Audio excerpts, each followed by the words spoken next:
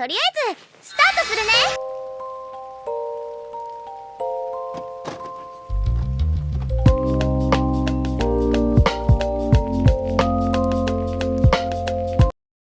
I'm a little late posting this. I've been sick. I don't know if you guys can tell by my throat. I haven't been able to talk too well. But I just want to give you my thoughts on the premiere, on like my first impressions on Witch Watch. I actually got to see the premiere in theaters a few days ago. And yeah, let's just talk about Witch Watch watch party because I liked it. Pretty funny. I just want to give you guys my thoughts if you haven't seen it or if you are planning on watching it. Is that a helicopter outside my door? You guys hear it or just me? I'm not familiar, Witch Watch is actually a series on Shonen, I believe. It's one of those like hidden like romance slash magical series. I actually never even heard about this series till I saw a trailer for this premiere theatrical release on G Kids Films as well as Crunchyroll. I saw them post, oh hey, this is an anime that's going to be debuting in the springtime, but if you are interested, we're going to be debuting the first 3 episodes in theaters. And knowing me, if you guys know me, I'm one of those people who, alright, I gotta catch this in theaters, because if you've been following me for like a long time, you know I love watching anime films in theaters, and like it's always cool. And for the most part, I tend to go to these things alone majority of the time, because like I can't just talk to my homie, yo, you want to watch this cute romance anime with me? No, that's just kind of weird. No, I don't have a girlfriend, so I can't even ask them, hey, you want to watch this with me? Nah. So most of the time it's just me watching it. But I went into the theater pretty much expecting not too much out of this series. From the trailer, I'm like, all right, so I'm assuming it's gonna be kind of funny, kind of comedic, kind of romancy. So let's see what we go, because I went in blind. I never even bothered reading the manga. I never even bothered looking at more trailers, because I didn't really want to spoil myself. I just wanted to go into this series kind of blind and blind react. And I gotta say, I'm pleasantly surprised by this series. As far as like comedy, I think it's pretty funny. At the beginning of the film, before the movie actually began, you had the voice actress and the voice actor giving their thoughts on the anime, saying we hope you guys really like this anime. We put a lot of enthusiasm into these characters. We put a lot of love and whatnot. Even the director of like the show stated, I hope foreign audiences like this show, because we added a lot of humor that's pretty much Japanese inclusive. By that, most of the comedy is directed towards like Japanese people, towards like Japanese humor, references to Japanese literature and whatnot. So we don't know how like this is going to translate too well to like foreign audiences, but we hope you guys actually enjoyed it. And I found myself laughing hysterically majority of the time in the theater, because this shit's pretty funny. Like at one point, and while watching this, I actually made a ton of references to like other animes, which was pretty funny. I don't know how to explain it to you guys, but like at one point, one of the main characters transforms into Gon, kind of, from Hunter x Hunter. There's a lot of Hunter x Hunter references in this show, a lot of them, which is pretty funny. I'm not the biggest fan of Hunter x Hunter, but pretty funny the way they were able to handle it, as well as like Japanese literature. There was a lot of it, pretty funny. But pretty much the premise of the story is boy meets girl, girl's a witch, boy's an ogre. They come from different clans and whatnot. One has magical abilities, one is pretty much a freak of nature.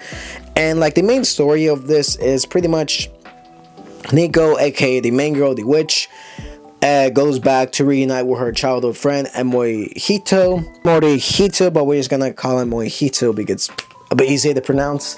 They actually make this like pronunciation error in the show, because they can't really pronounce his name, Morihito,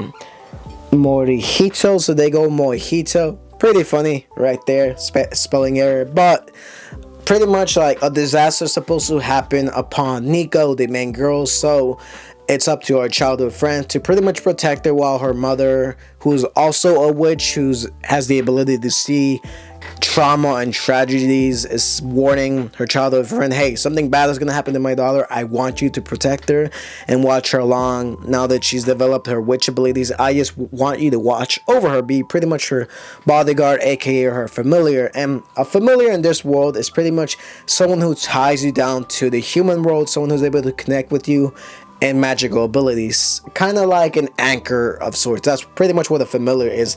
Other witches tend to choose like crows or like birds, but Nico actually chooses her childhood friend to pretty much be her anchor to the human world to her magical abilities and whatnot, and it's pretty cool. It's pretty cute. You obviously can tell Nico really loves her childhood friend Mojito, aka Moi. She names him that because like his name is kind of weird to say, I'm not gonna lie, but I do love this dynamic, how she shows a lot of affection towards him and he's just kind of like, oh, I don't care. Anyways, let's continue on. And as like the first 3 episodes continue, you get to see like his interaction with her, how he's like, damn, she really changed a lot now. She knows what she's doing. Kind of, she's still kind of a goofball. She's still kind of dumb. She's actually not the brightest person. She doesn't have too much experience with magic, because every time she uses her magical abilities, she ends up fumbling or casting like downsides and whatnot, and ultimately comes back to backfire on Mojito. And it's really, really funny. A lot of stuff that happens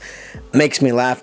I can't really explain it without showing clips or without saying this and so happens. Like I said, I haven't really read the manga. I didn't even know this series existed. I'm just basing it off what I watched. I gotta say, it's 90% comedy, about 10% romance. I haven't really seen too much of the romance aspect. It's there, but I would say it's majority comedy, and I really like it. It's kind of hard for me to get into like comedy anime. I know there's a few anime that make me laugh and whatnot, but this is one of those series that like genuinely will make you laugh. If you guys are into this type of like stuff, I highly recommend you guys watch it.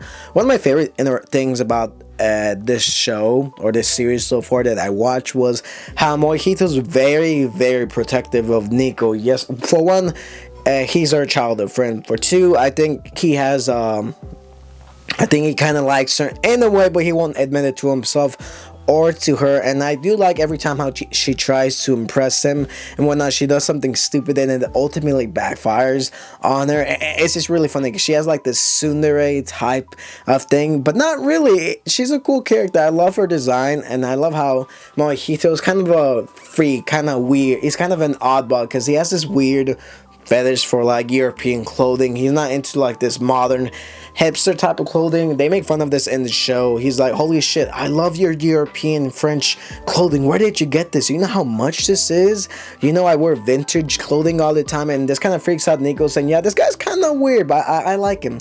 And I do love how Mojito's pretty much very protective of her, because at one point she reveals that she's a witch in front of her classmates, and Mojito thinks, okay, this is the end. People are gonna despise her because she's a freak of nature. But no, people like her because she's a witch, and magic's kind of new. No one knows anyone who knows magic. When they find out he's an ogre with superhuman strength, the class ultimately approves of him and like accepts him. He thought he was gonna get rejected, but he doesn't, and he really likes that, so he pretty much forms a bond with the people around him. But I don't want to spoil too much about what happens, the plot of the first 3 episodes. But I just gotta say, I really like this series. It's funny, and I'm pretty excited. The fact that it's a 2-core show, meaning we're gonna have like 20 to 24 episodes, it's really nice. It's gonna be split. Obviously, the first half is gonna debut in the spring. The second half is gonna debut in the summer.